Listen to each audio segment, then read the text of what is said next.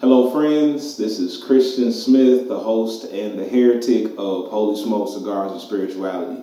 Welcome to another episode in Season 2 of Holy Smokes. We're so grateful for you being here. Holy Smokes is for the everyday person. We're just a bunch of cigar enthusiasts who get together, talk about life, faith, and theology, and we welcome you to be a part of our discussion today. So sit back, relax. If you have a favorite cigar, light it up. If you have a favorite drink or a favorite cocktail, pour it, enjoy it, and get into this conversation because you know it's going to be fun. We're going to kick back, we're going to laugh, but we're also going to deal with some heavy, sometimes controversial topics. So thank you for joining us for another episode of Holy Smokes, Cigars and Spirituality. I'm glad to be here for episode 4 of season 2. I got a couple of the all-stars on this cast. We got Myron the Mystic, aka the Blueprint. Oh my gosh, we're doing that? He's just been named the Blueprint. Our live virtual audience named him that right before we started the recording. So thank you to the live virtual audience, everybody who joins us on Patreon. We also have Nikki Hardiman, the anchor, who's with us. So we're going to get into some introductions here in a second. Today's episode is to vote or not to vote, which should get really interesting. I'm excited about it. So for everybody who might be here for the first time, thank you to our patrons on Patreon, those who join us on all the podcast platforms. And we also want to send a special shout out to our new listeners on Fam Radio. Shout out to the whole team at Fam Radio, where you can catch us Sunday mornings at 9 a.m. Eastern Standard Time. So check us out, Holy Smoke, Cigars and Spirituality on Fam Radio, Sunday mornings at 9 a.m. Holy Smokes, what is it? It is disruptive, faith-based content for the everyday person. We want to make sure we keep this as accessible as possible because we have some scholars and theologians who come to this show and, you know, they tend to use these big words, particularly Myron the Mystic. And we have something called the dollar jar to make sure that these people don't get out of line when it comes to using big academic words. So anytime somebody on the cast uses an academic word that we believe needs to be addressed, you're going to hear, and for those who are watching, you're going to see a notification that lets them know they use a dollar jar word. Can we get that notification real quick?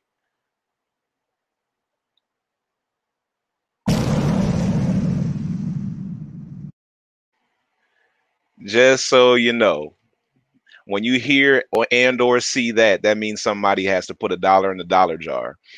So one rule at Holy Smokes, one rule, that we respect each other's lived experience.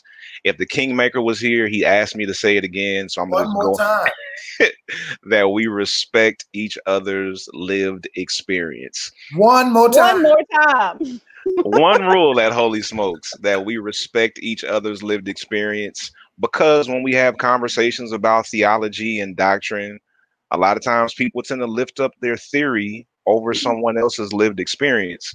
So at Holy Smokes, we challenge people that when you encounter someone whose lived experience contradicts your doctrine or your theory, you take that as an opportunity to learn from what that person has lived. And we try to live that out on the podcast. We try to live that out when we gather virtually with our general Holy Smokes community. We respect each other's lived experience. That is rooted in Greatest Commandment Theology, which is found throughout the scriptures. We usually focus on where we find it in Matthew chapter 24. Actually, I think it's Matthew chapter 22. Somebody gonna check me on that. So the greatest commandment basically states that your love for God is displayed through how you love your neighbor, which is an extension of how you love yourself. Therefore, you can't fully love God if you don't love your neighbor, and you can't fully love your neighbor if you don't love yourself. So Greatest Commandment Theology actually suggests that love for self is at the core of the gospel. And that is something that we hold near and dear here on Holy Smokes, and also at the Faith Community, which is the church that I pastor. All right, I want to go ahead, get into some introductions, let everybody hear my people. Today, I want you to tell us, if you're smoking and drinking, what are you having? Also, why do you vote? That's what I want to know. Introduction, what are you smoking? What are you drinking? And then why do you vote? I'll start. Again, I'm Christian, aka the Heretic. I vote because I'm a part of a larger system, and I feel like that's my duty. And I also understand that when we all do it together, it can affect change. So that's why I vote.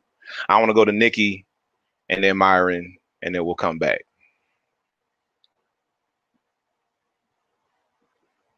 Hey, everybody. Nikki Hardiman here. They call me the Anchor. I'm glad to be here today. Not smoking anything, but I'm sipping on a bullet neat. And why do I vote? Very much like Christian. I understand that while my one vote may feel small, it's a part of something bigger. And that bigger doesn't work unless we all participate. So I vote because I want my voice heard, and I want to be a part of that bigger change. And it's what's available to me to do that right now. So that's me. Thanks, Nikki, aka the Anchor. All right, Myron, the Mystic, aka the Blueprint. You're stuck with that name, by the way. That's right. Just the Blueprint, right? Yep. One day I'll have to ask how I got that name, right? Because I was just following Christian's example. I'm just drinking coffee with a little Parsons proof in it, right, on this beautiful, soon-to-be fall morning. It looks like fall here in Georgia. Doesn't necessarily feel, I guess it feels like it kind of, because it's 74 degrees, which is cooler than normal for us here in Georgia at this time of the year. But I vote, and I vote as to honor the heritage that I have. I grew up in the American South. And as a Black man in the American South, voting wasn't always a privilege that was afforded to me and my family. And so I vote to stand on that history and stand on that heritage to honor those who died, that I might have the right to do this voting. Yes, sir. Yes, sir. And I'm sure that will come up more as we get into this discussion. Also, if you're in the live audience, if you vote, tell us why you vote. And if you don't, please share why you don't. Yeah. We would love to hear that, because the question today is to vote or not to vote. And I don't ever want to assume that everybody who watches or everybody who listens actually votes. And you may have valid reasons. I would love to hear them. We're all about learning here. So please do share in the comments why you vote. I never did say what I'm smoking and drinking. Please forgive me. Yeah, what you got? Please, so I'm having the Fat Bottom Betty. This is the in-house favorite, right? Other than the Holy Smokes stick. So doing the Fat Bottom Betty today. And I'm having today what is called a Beautiful.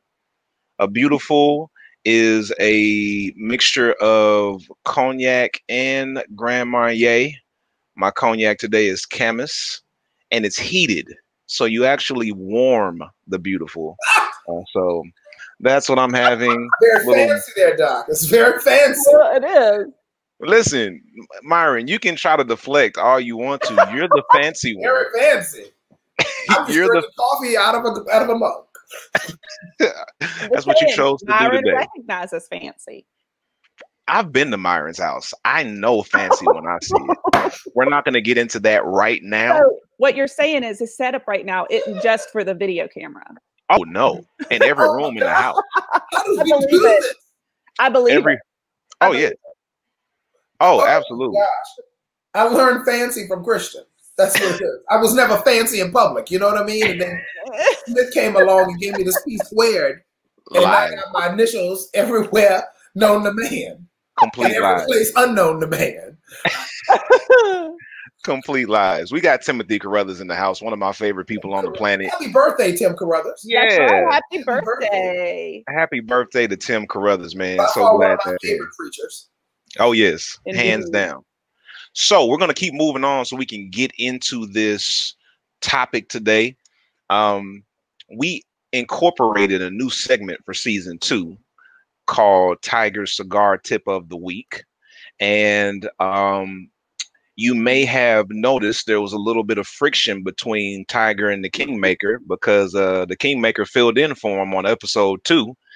And Tiger didn't take too kindly to that. So, you know, he had some words for him on episode 3.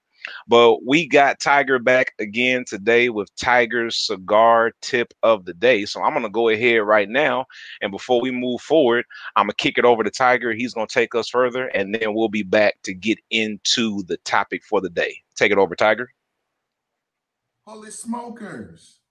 It's so good to see all of you today. I'm just sitting here relaxing, reading my favorite book now, Breaking All the Rules by Christian A. Smith. I'm reading that because I'm no longer reading Leadership for Life by Kervance Ross. I'm no longer reading that. No longer reading that. Not ever since he tried to come for my segment.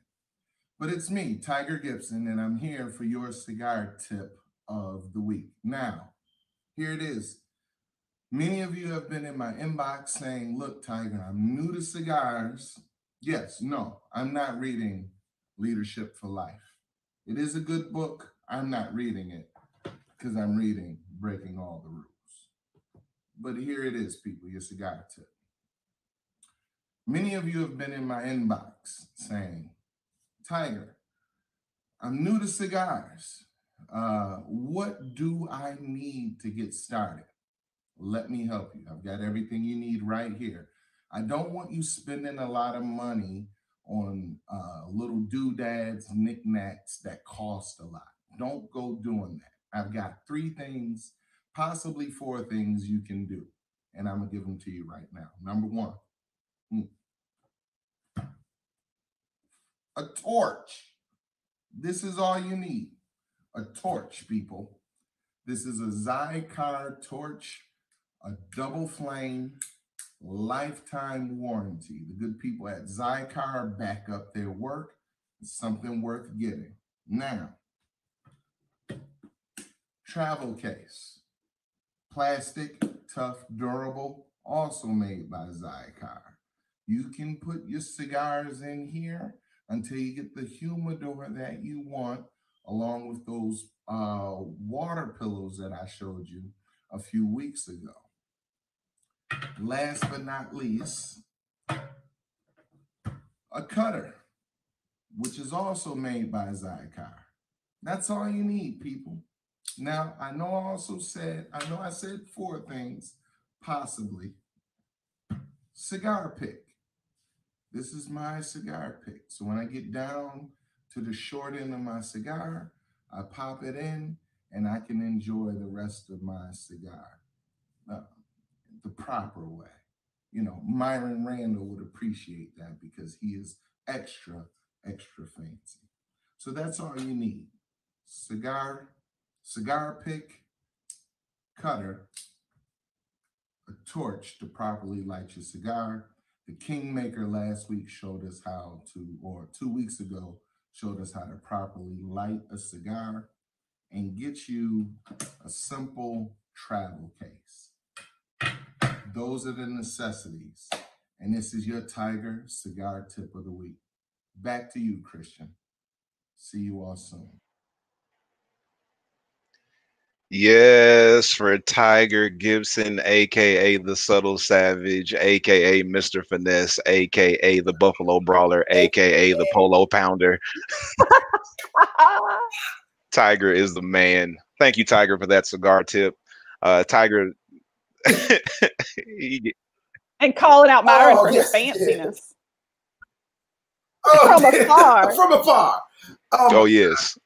And I think we need to get a sponsorship from Zycar after that. Maybe. Clearly. I think so. Clearly. Yeah. Clearly, Tiger gave me my cigar pick, right? So that's where I got one from. Yes, Ariana. It is bejeweled too. It's fancy. Like squeezing out the last of the toothpaste. That was awesome. Exactly. Let's go ahead and dive a little bit deeper into the content of the day. You know, Supreme Court Justice Ruth Bader Ginsburg just passed away, which many of us are mourning that loss. Probably some right here. I'm not gonna really the notorious RBG. God rest her soul. You know, that is definitely a big hit to a lot of people across the country. Some people more than others, and I guess we can probably get into the details of that during the course of this show today.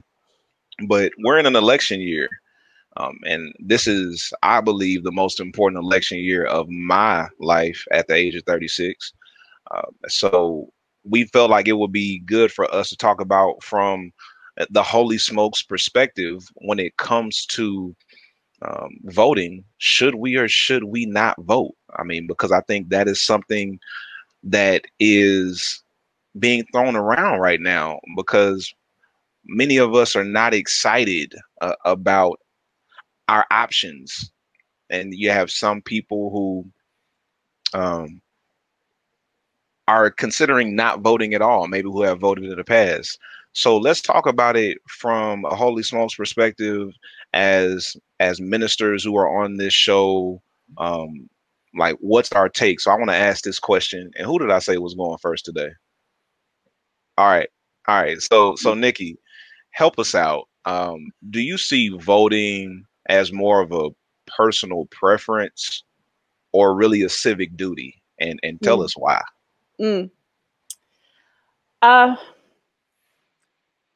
I definitely land on the civic duty side.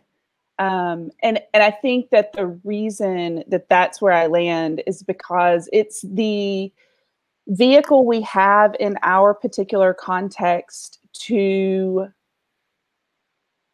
decide and make happen what we want to happen for the place that we live in. So that's how we have chosen to make decisions in our particular context. That is the vehicle that we have available to us. And the only way it works is if everyone participates, even the people who disagree with me. So, right. So like everybody needs, I'm definitely an advocate for a system in which you have to opt out of voting rather than opt in. I wish that's what we did in our country across the board. I wish that was a federal decision that was made. Every human being in our country got a ballot. And I'm all for making it as easy as possible and dealing with any risk that may come with that rather than limiting. So I think we have a responsibility to vote because at the end of the day, unless we have leaders in place who make the decisions for us that we want, we're at risk. And I think it's really important very much because it decides the direction in which our country moves, and that impacts the way many people in our country live. So I definitely land on civic duty side. Yeah. I tend to agree with you. Myron, do you have any thoughts? Yeah, and it's interesting for me because I see this both ways, right? So because this is a democracy, you've got a choice whether or not you don't want to vote or you do vote, right? But you can't complain based on what we have if you choose not to participate in the process. Right. You don't like the leadership, you don't like the decisions. If you don't vote, you don't have the right to complain because you didn't put your voice in. But for me personally, I think it's a civic duty. What you said at the end of your statement that whoever is in leadership decides the direction and the way people actually live, that's important to me. I am concerned about the least of these. And so I want to put people in place who are echo those values, if you would, that are also concerned about the least of these. So I want to make sure that people who don't have the right to live well ultimately have access to living better through the political system that we have. So I'm with you there. But again, see it from both sides, because one of the key components of a democracy is that you have a choice whether or not you want to participate in it. But my choice is solid in standard that I will participate because I care about people. I have a dear friend who's got a PhD, very intelligent, a professor, who said that I don't vote. That's what she said. I mean, one of the smartest people you would know. She says, I don't vote because I don't think I should participate in this process. That's her right. That's her choice. I disagree with her vehemently, but that's her choice. But for me, it's a civic duty. So I have a question then. Because the way that I understand a democracy is that it really only works when everyone participates. Like, yes, you have the right to not vote, but if a significant number of people choose not to participate in that system, then the system doesn't work the way it was intended to work. So does that impact this conversation? And does it mean that we need something else if a lot of people choose to not participate? No, I don't think so. I think okay. I think it's a duty and a choice, right? Because something is a duty doesn't mean you're forced to do it. Right. You still choose whether or not you're going to do it. And we're never going to get 100% participation in everything, right? No. There is no organization where you get 100% participation on any aspect of it. I've never heard of that. I agree. Like, yeah, that's true. And so if people choose not to vote, I mean, that's just a part of the system. People are going to choose not to vote. Nikki, I love what you said about making voting rights a default and you have to opt out. Right. Make it a choice not to vote, right? Yeah. Right. It's not just inertia.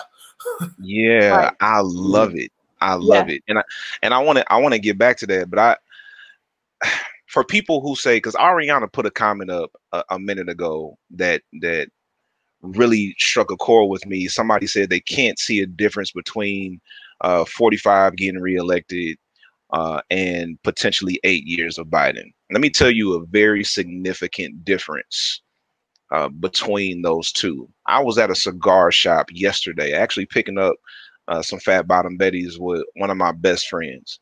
So we walked into the cigar shop. There was only one employee there. We both went to the restroom. I came out first. So I went and got my sticks and I'm at the counter. While I'm at the counter, I hear this loud voice right outside the front door. And it was a stereotypical redneck voice. Like, you know, there's certain things you hear and it's like, okay, I know that accent. I know what that sounds like. I turned around and the appearance fit the voice. And this white guy was coming in with a tank top on. He had on, like, you know, the dirty baseball cap. And I still didn't think anything of it because, you know, there are plenty of white guys who look like that who mean me no harm. But still, I kind of felt that energy. So he came in the door. I didn't really pay him any attention. Right behind him came in his friend who had on a Trump 2020 hat. Now I'm on edge. Right. Now I don't know what I should expect from this encounter. And those guys see me. And what's funny is they saw me and their energy shifted too. Like they felt uncomfortable when they saw me, which I'll address in just a second. So they go into the humidor. Then my friend comes out of the restroom. He doesn't know that those guys have walked in. He goes straight to the humidor with them. So after I finish my transaction, I go into the humidor to make sure that he's okay. And when I get in there, I already know one guy has a Trump hat on. I'm already aware of that. But the other guy who didn't have a Trump hat, he had on the tank top. I looked over at him and he had a tattoo of a swastika on his arm. So now I'm really concerned about my safety and my friend's safety. And I'm almost on a hit first if I need to, because I'll be damned if I let these dudes get the jump on me. I don't know if they packing. I don't know what to expect. So we got our stuff and we got out because we didn't want to fight, but damn it, if we had to, it was going to be some furniture moving in that humidor yesterday.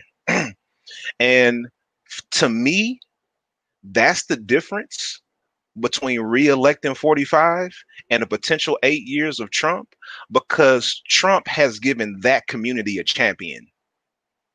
So Trump's presence emboldens them, and that's a perfect depiction. One of them has on a Trump 2020 hat. The other one has a swastika tattooed on his arm, and they are together. And there's this combination of what both of them feel in that Trump hat and that swastika on his arm. And this is not something I heard about, y'all. This was yesterday in Atlanta, Georgia, inside the perimeter.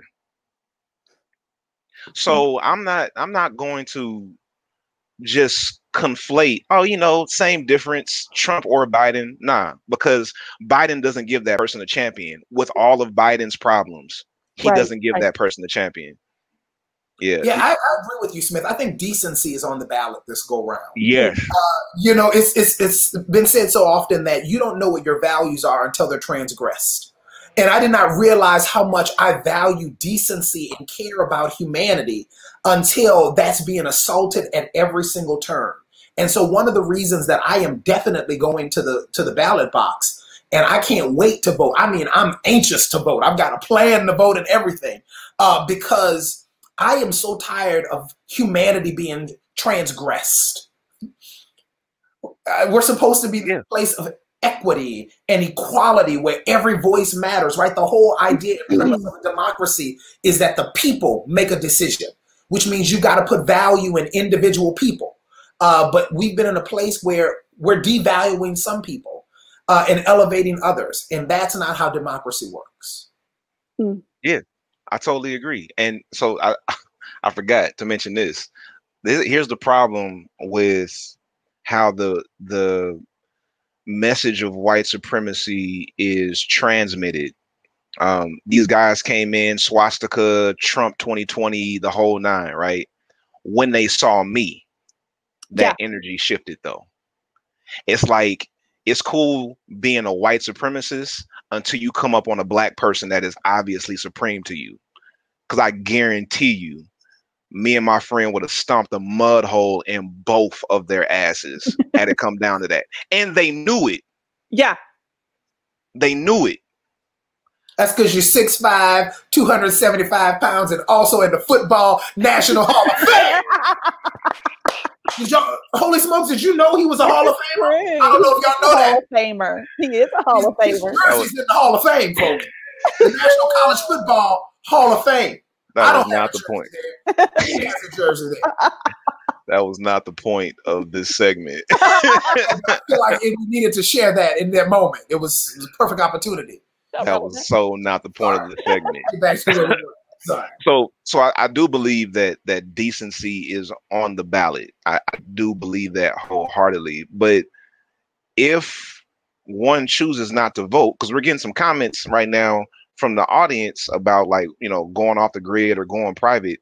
If one chooses not to vote, well, then do you guys have any thoughts on what our viable options are? Like, what does that mean for us if we don't vote? Because a lot of people are choosing not to. What are our viable options?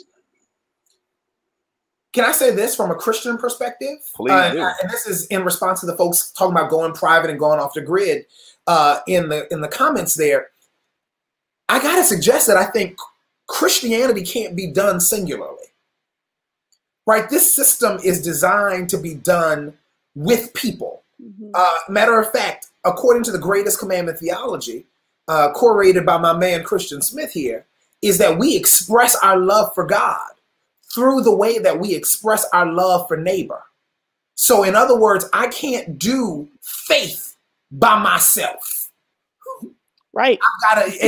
We've never been designed to be in vacuums and in systems where we are vacuums. And so one of the reasons I go to the ballot box is because I express my love to neighbor through how I vote. Right. Yeah. So go ahead, Nikki. And I'm just going to affirm voting is an act of greatest commandment theology. I agree. Now here's where I want to throw this in there, Myron, and get your thoughts. I agree with you that Christianity is not a singular practice, and that voting is an expression of loving my neighbor, I'm also reminded of good Christians who completely detach from the greater society. When we think about the history of the church, Yeah. and the desert fathers who were like, screw society, we're going to go out and do faith alone in the desert. Right. Right. Now, look at Callie's comment. I think she acknowledges that even monastics lived in community. Right. So then the question is, can you be a good Christian in this society and or on this land and completely detach from the rest of society? Is there a way to do that responsibly and ethically? Here's the thing. I don't want to go ahead, Nikki. I think the answer to that is yes. I also think that, and it's something that, like, the reason it took me a minute to answer is because I don't know the next part, but I know the next part has something to do with, if you choose that, then there are some things that you have to choose how to figure out on your own, right? So if you choose to step outside of society, you're going to give up what society gives you. It makes me think of the group of Christians who the name has left me. Pennsylvania. Quakers. Not Quakers. I'm with you. But it's like right there. I almost said Quakers. They've got the horse and the buggy and yes. Puritans. Yes. Not the Puritans. They make the shoe fly pie. That's it's terrible. Really this word is not. It's on the tip of my tongue. Somebody in the audience has. They have Mennonites. Not the Mennonites. Not the Mennonites. They had the show on TLC. They do. Where they go on Rumspringa and the kids come back. The Amish. The Amish. There it is. Thank you. So I have some friends who live in that area, and so the Amish they don't pay taxes, or at least some certain taxes. Because of their religious status, there are certain things that they don't pay in tax. But it also means they don't get the services of like the fire department and the police department in their community because they choose not to give into that. And so my understanding is that some Amish communities choose then to pay they pay money directly to the local fire department in order to receive those services should there ever be a fire in their community. So that they are paying for the services that they would get, but they have chosen a different way to make those things happen for their community. And so I think, yes, the answer is you can live a faithful Christian life and completely separate yourself. But it does mean you have to figure out some things you can't benefit from the things that you get by participating in the system. Yeah. And I hate it took me so long to find that word. So thank you, whoever helped. No, that's fine. I get that, but I disagree. Go ahead. I don't think you can faithfully be Christian and not try to influence the systems toward those who don't have the system work for them. Because there is no way you can say that you built yourself up by your own bootstraps. Because even the Amish, when they go from place to place, they do it on roads that were built with the public good. Right? So they live in a space that was founded by Puritans that had to participate in a communal system. Which this is why I stand against that. I built myself up by my own bootstraps thing, because no, you didn't. There is no way to be an American and have built yourself up by your own bootstraps, because this thing has been communal since the very beginning, since its very founding. But so I don't think there is a way. I think the commandment for us is to use the systems in place to push everything toward a faith that helps bring equity to people. Yeah, this one is tough because it's hard. Yeah, I see the argument on both sides. One of the things that I tell people who are like, oh, forget it, I'm not voting. I go back to what you were talking about, Nikki. Like, okay, you choose not to vote.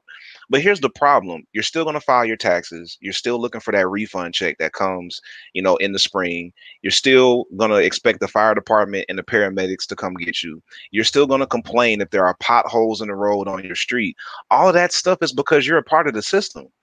And so if you're not going to vote, you're really saying all of this stuff that I take advantage of, I don't want to participate in that process, which provides me those benefits, right? Because I think sometimes we forget just how systematized our society is. And I think that's where we get lost. You gonna say something, Nikki? No, I'm agreeing. I'm Okay. agreeing with you. Yeah. I've got something working, but it'll come in a minute. Okay. Yeah. Like, I feel like we forget just how systematized our society is. So it's like, okay, you're not going to vote. So you bring up the Amish society where, you know, they choose to completely get off the grid to a certain extent. But then Myra brings up a great point. They're still riding their horse and buggy on paved roads. You got it. that are paved with taxpayer dollars. You know, right. And then also, even with them paying the fire department directly, they have enough money to pay for the services, but they couldn't pay to create the fire department. Right. Because if they did, they would have created their own. Right. You got it. Right. That's a good point. So it's interwoven. That's the idea of systems, right? That it's I agree with Callie. Yeah. So read that out loud for the folks on the radio. Well, she's touching on something I was thinking about. She says, I think refusing to vote is an exercise of privilege. It's saying that my preference matters more than others' well-being. Ooh. And it is. And at the beginning, one of the things I didn't say is one of the reasons I vote is because of my place of privilege. Like, I can vote. I don't have, where I live, I don't have limited access. I can vote by mail. I can go and vote early. I've never had to wait in line very long to vote. And so I know there are people who have lots of barriers to being able to vote. And so I go, and when I vote for those who couldn't make it, who couldn't figure out how to get there, who stood in line forever and just couldn't anymore, right? Like I try to go and cast a vote and think about those people who are kept from it. Mm-hmm. That shows how powerful voting is, right? That people actively try to limit and stop people from exercising and participating in that exercise. Yes. Mm-hmm. Yeah, I totally agree. That's part of the reason why I vote, because I know the history, or I know part of the history of how this country tried to keep people who look like me from voting. Mm-hmm. Yeah. Like, especially, you know, in this upcoming election, some statisticians suggest that the black vote will make up 1/4 of the Democratic vote this year. Wow. 1/4, right? Wow. That's significant. It's very significant. Which makes sense why so many people in power are trying to find every way they can to keep black people from voting, which goes back to my ancestors. Like, when I think about the fact that my ancestors risked their lives, and some of them gave up their lives. Some of them, like, everybody risked their lives, and then some that risked gave it up, actually died so that I could vote. I'm trying to figure out, how do we get to this point where now it's like, I might vote, I might not. Apathy. Yeah. Yeah, like, how did we get there? Like, what happened? What was the narrative that was created that caused us to completely detach from that process that our ancestors died for? Oh, how soon we forget. You know what that reminds me of? The Old Testament, when Moses and Joshua are always saying, make these stones as a remembrance. Put these stones in the river. Because we forget so soon. Right? That a generation can go by and we forget the price that was paid for the freedom that we have. And so we've got to have constant memorials and constant remembrance, because society and life will come and cause us to forget those things. I totally agree. That actually brings up something that Brian Stevenson talks about. He is an attorney, the creator of the Equal Justice Initiative in Montgomery, one of my personal heroes. And he talks about how Germany has responded to the Holocaust, how they created memorials all over the place, because they don't ever want people to forget what happened here. Right. Because if people forget what happened here, they might let it happen again. Yeah. And Germany was committed to making sure no one could ever forget what happened. Right. So there are memorials everywhere. But in America, we don't even want to talk about racism. No. Like, so now in America, you're a racist if you bring up racism. So we can't even have a conversation about it. And I think that's part of the reason why there's this generation of young people right now who are thinking, you know, voting is I may not, or no, I don't want to because I don't like the options. It's because we're not being reminded of our history. Absolutely. And and if you don't know your history, if you don't know where you've come from, you're bound to repeat the same mistakes of the past. Absolutely. I worked with a youth group, and I remember I brought up this issue with them. I was working with them, and it was the time of the church shooting in South Carolina. And so we set about to talk about this, and they wanted me to see that we were in a post-racial society. And like, it was so disheartening. I will say, I think we made some progress. We were able to see some things in our conversation, but it really took some work.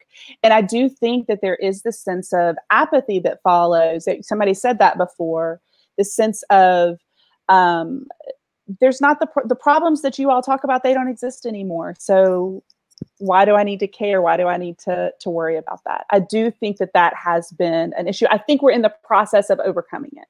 I think we're in the process of seeing differently. But I think 5 years ago, even, that's what people were saying. Yeah, I agree. So tell me this, because, you know, we're ministers, we're talking about voting as a civic duty or a personal preference. We're rooted in the Christian tradition. So what is, you know, I know Myron brought up the greatest commandment, which I think is an excellent point to argue, because for me, that's the framework for everything, right? But when we think about scripture, are there any other arguments in scripture, or in particularly the life of Jesus, that support the importance of voting, even though Jesus did not live in a democracy? Like, let's go ahead and acknowledge that. We ought to acknowledge the context of the scriptures. Jesus did not have a vote, right? So how do we take Jesus and Jesus's context and apply his teachings to a totally different context in which we live today? How do we do that? Do y'all have any thoughts on that? What are the arguments there? Yeah, I go back to when Jesus says, you do this to the least of these, right? Whoever gives drink in my name also gives it to me, right? Like, it's this idea of how you treat those folks who don't have the privilege and the agency that you have. And so when I vote, I exercise, like you said, Nikki, and I'm going to use your language here. Yeah. I exercise the privilege that's been given to me on behalf of the people who don't have access to that same privilege. And that's why I combine the words of Jesus with the system that I have. And I use what I have to affect the most people that I can.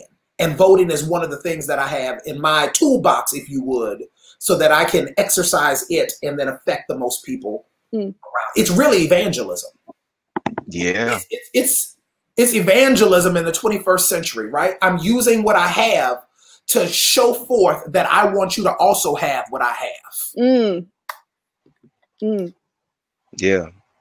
And sometimes I think you have to recognize, and I want to come back to you, Nikki. Sometimes you have to recognize that I am the least of these in certain instances. That goes back to that greatest commandment of loving your neighbor as yourself. There are a lot of people who are in the least of these category who don't love themselves enough to say, I need to go make sure I do what I can to affect the most positive change in my life. And I think sometimes that gets lost in the process. What were you about to say, Nikki? I'm playing around with this idea in my mind. And so y'all are going to have to help me work this out. I'm thinking of voting. I'm thinking about the people who say, I don't like any of the choices, so I'm not going to go vote, right? Well, if you give me a chance to vote on dinner and I don't like either choices, you know I'm going to pick one that I can handle more than the other, right? So I think that in some ways voting is an act of humility. Right. So it's choosing to understand that I'm not going to get everything that I want. I've never voted for anybody that did everything the way that I wanted them to do it. Never in my life have I voted for a person and they did everything the way that I wish they had done it.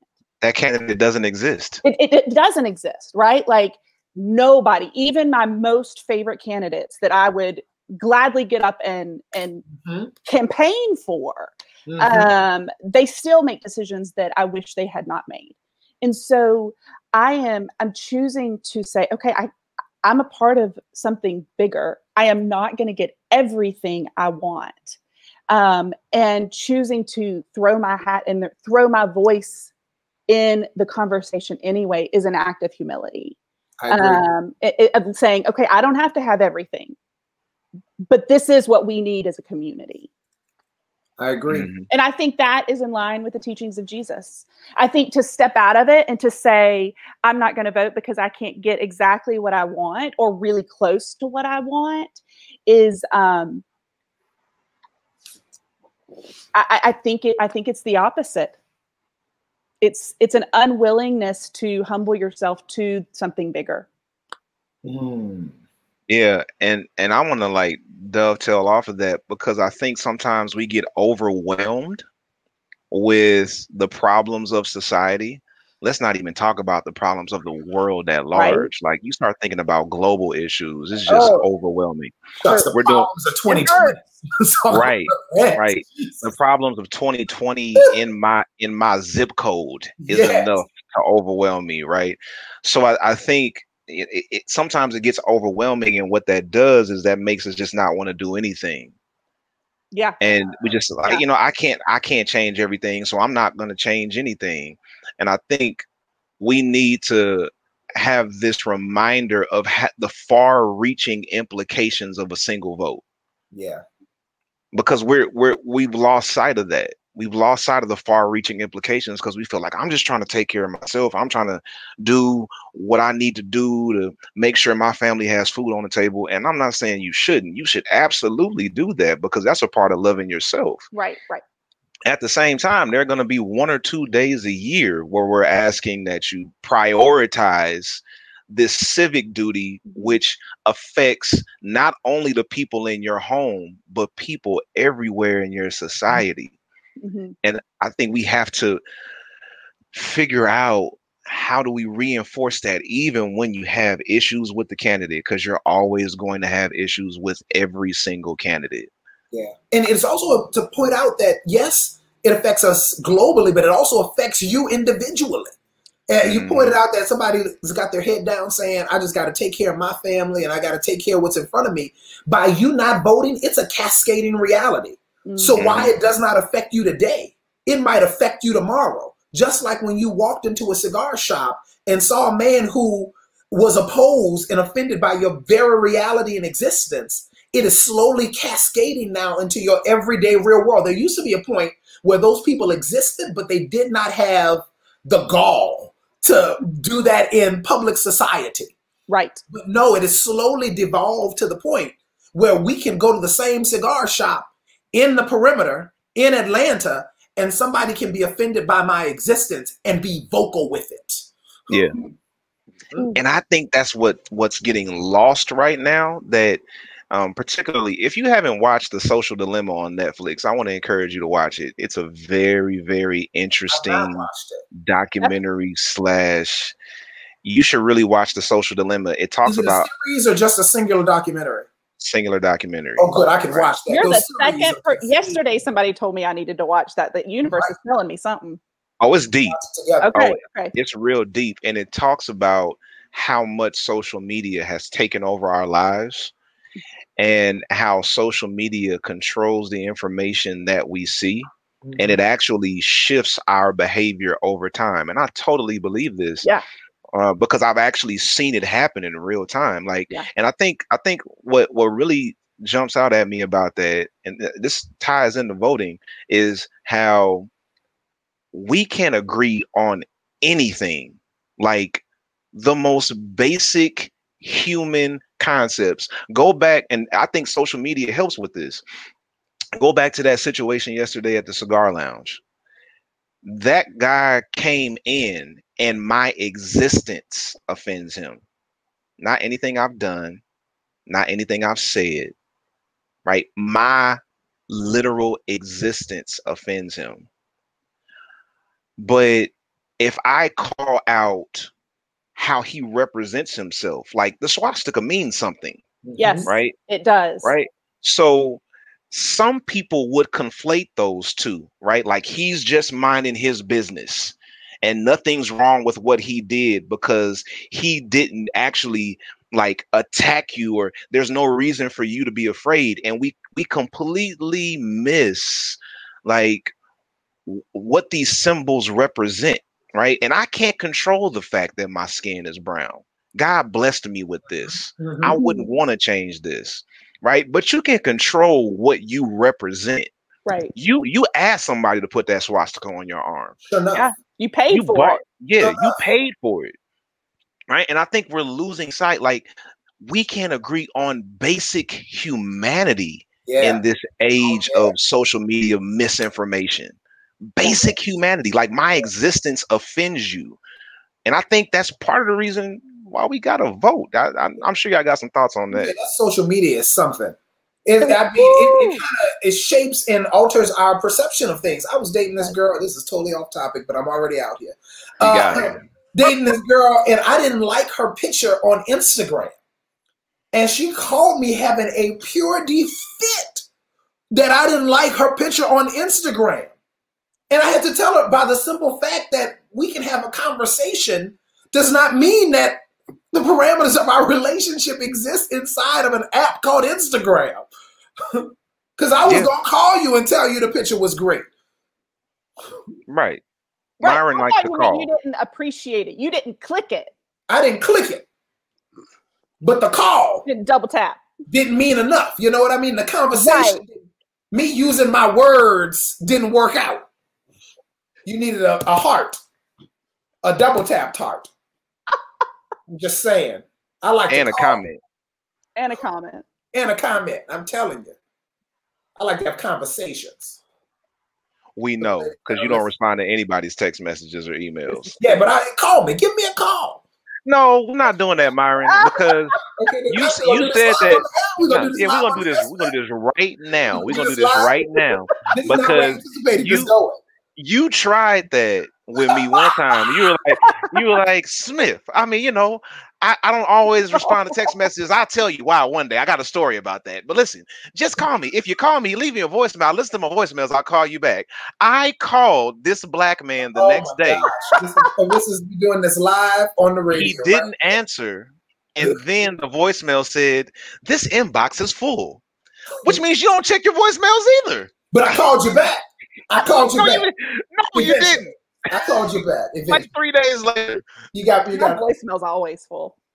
Oh, but you respond to text messages, Nikki. I do. I respond to your calendar invites. Yeah, my you God. do. We doing this here. I vote. I go to the polls and I'm a vote. Because we just get back to them. That's right. I'm going to votes. Yeah. I feel like I want to go vote right now. Right now. And respond to your text messages while you wait in line. Hey, so Myron, you said you had a plan. What's your plan? Oh, so I have planned the date. I've actually already let my boss know that I'm taking off half a day so that I can go to the polling place. I'm going on the first day of early voting right here in Henry County, Georgia. Thank you, Mary. I'll leave Myron alone. But I got a plan. I've already thought it through. Nice. Very, very good. Very good. Yeah, early vote if you can. Definitely. Yeah, I think I was thinking about mail voting, which I am a huge proponent of. But in our last runoff election, I submitted for my mail-in vote and it did not make it to me in time. So I'm not going to mess with that again. Fortunately for that particular situation, the things on the ballot were fairly inconsequential to the bigger scheme of things, but because it was just a runoff. But I'm not going to take that risk, I don't think, this go round. Early voting for me. I got to show up in person. Yep. Just try to show up. But I may not go on the first day. I think I'm going to wait till about a weekend because some places who have opened up first day were very, very, Virginia, I think, just opened up. And there were long lines at the early voting station, which is a good sign. That's a really good sign. But I'm going to wait and try and hit it at a time when it's not super busy and mask up. I want to punch that button myself. I want to feel this. You know what I mean? All right, here we go. Mm-hmm. I totally agree. I can't touch the president, but I can touch the button. Hey, and I'll put out here, if you are in my area and you need help getting to vote, call me. Let me know. I'm going to help try to figure out how to help people vote. Whatever I can do. Whatever I can do. Give me a call. Let me know. Yeah, and the faith community is going to be putting out some information on our social media platforms about the voting process and what you can do. And so I also want to say my critique of how social media is radicalizing people and causing us to not be able to agree on basic human, like, just life. That doesn't mean I think social media is bad. I think there are some things about social media that we need to adjust, because clearly we're recording this on Facebook right now. We're going to post clips on YouTube, Instagram, and Facebook, and then we have a Patreon page. So it's like, we're not saying that social media is bad all around. It's done some incredible things, but I think at times it's gone a little bit too far. You know, can I? Go ahead. So Yeah. I was thinking about it. So we have, a lot of times in families, you'll hear you say, "Oh, I don't talk religion and politics with my family," but those people will talk it all the time on social media. Sure enough. And I think we need to take religion and politics out of the realm of social media, and we need to take it back into conversation with our families. Because I think part of, and this, this whole political system that we live in, there are lots of reasons that we have problems with it. There are historical reasons. There are situational reasons. There are all kinds of things. But I do think that I don't know if it's unique to the South or if this is a nationwide issue, but I know that if we don't teach ourselves how to talk about religion and politics with one another, we're not going to know how to do it when we get out in the larger community. And so I think our families need to teach ourselves and one another how to do it with each other. I agree. Right? Like, I think, and that's not like it's not an issue. That's not a conversation about family or anything like that. We have to learn how to talk about these things with one another. Talk about it in your Sunday school classes. Talk about it in your small groups. Talk about it at yoga class. Talk about it at when you sit down at the bar to have a drink. Whoever's sitting there next to you, talk about it. Risk it. And figure out how to have those conversations face to face. And if you're going to say something political, look at somebody in the eye when you're saying it. Don't stare at your keyboard while you're saying it. Can I go mystical real fast for you? Oh, please do. That's the Psalms 34 paradigm. Hey, come on. The Psalms 34 paradigm is this. Psalms 34 says this: delight yourself in the Lord, and he will give you the desires of your heart. We think that God is just going to automatically give us what we want. But what that means is that he's going to give us what to want. And he gives us what we want based on delighting. And that word delight there is the word oneg in Hebrew, which means fellowship. In other words, my fellowship helps define my focus. And what we've got to do with one another is fellowship with one another, so that our focus can be refined, so that ultimately we can put each other in a place of priority because we fellowship with one another. And so really we need to have a Psalms 34 with the people who are around us so that we can put one another in focus based on the fellowship we have one with another.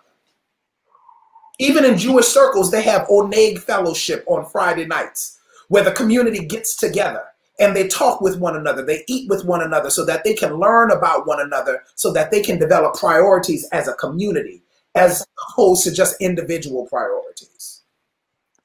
Myron, your timing is impeccable, because that was the final word. And I don't know if you realize that. No, it's not. I had to, but that works. There it is. That mic drop. Right. Sound now. We gotta have it. We gotta get the mic drop sound, because that was a mic drop. Mother says, "Here he goes." Oh, right. I know. And I believe the challenge there, Myron, is that we have to come to an understanding of what we're supposed to want. Yeah. And I think that is the challenge right now that we have not been able to tackle as a Christian church. And I'm talking about across the board. I'm talking about white supremacist Christianity. I'm talking about black homophobic Christianity. I'm talking about progressive Christianity across the board. We have not been able to nail down what it is we're supposed to want, which suggests to me we have not been delighting ourselves in the Lord the way that we say we have. So that's why I always come back to the greatest commandment. right? And that's why I work so hard, and Myron and Nikki and everybody who's a part of Holy Smokes, everybody who's a part of the faith community, we work so hard to seriously help people understand the importance of loving yourself and how that love is projected onto the people around you, right? So I cannot pursue all of my wants while I neglect my neighbor's needs. So Say it again. I cannot pursue all of my wants while I neglect my neighbor's needs. Yeah.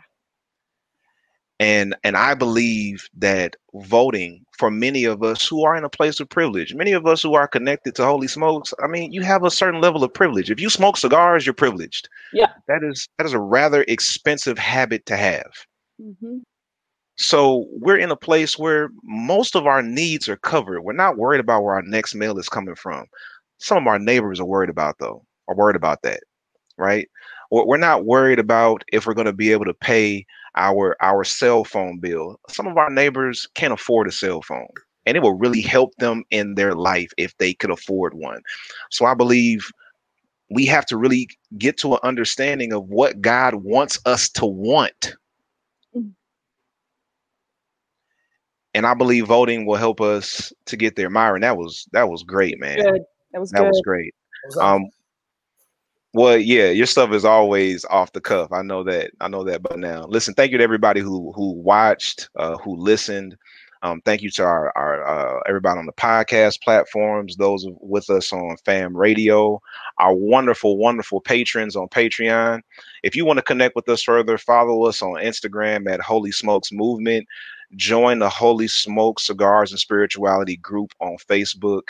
If you want to be a part of this live virtual audience and have unlimited access to the visual podcast, go over to patreon.com/TFCATL to join us over there. We have a great time. We continue these conversations. As a matter of fact, we had so many great comments. We're going to keep this going after we end the broadcast today and interact with our audience. So thank you so much again. Next week, we're going to kind of continue this conversation, and we're going to ask the question. We're going to address the statement, "I'm not political." No. We're going to address that. So meet us actually on Wednesday. Meet us on Wednesday night for those who are going to be in the live virtual audience. Wednesday night, we're coming back with "I'm not political." We'll see you next time. Holy Smoke, Cigars, and Spirituality. We're out. All right, folks.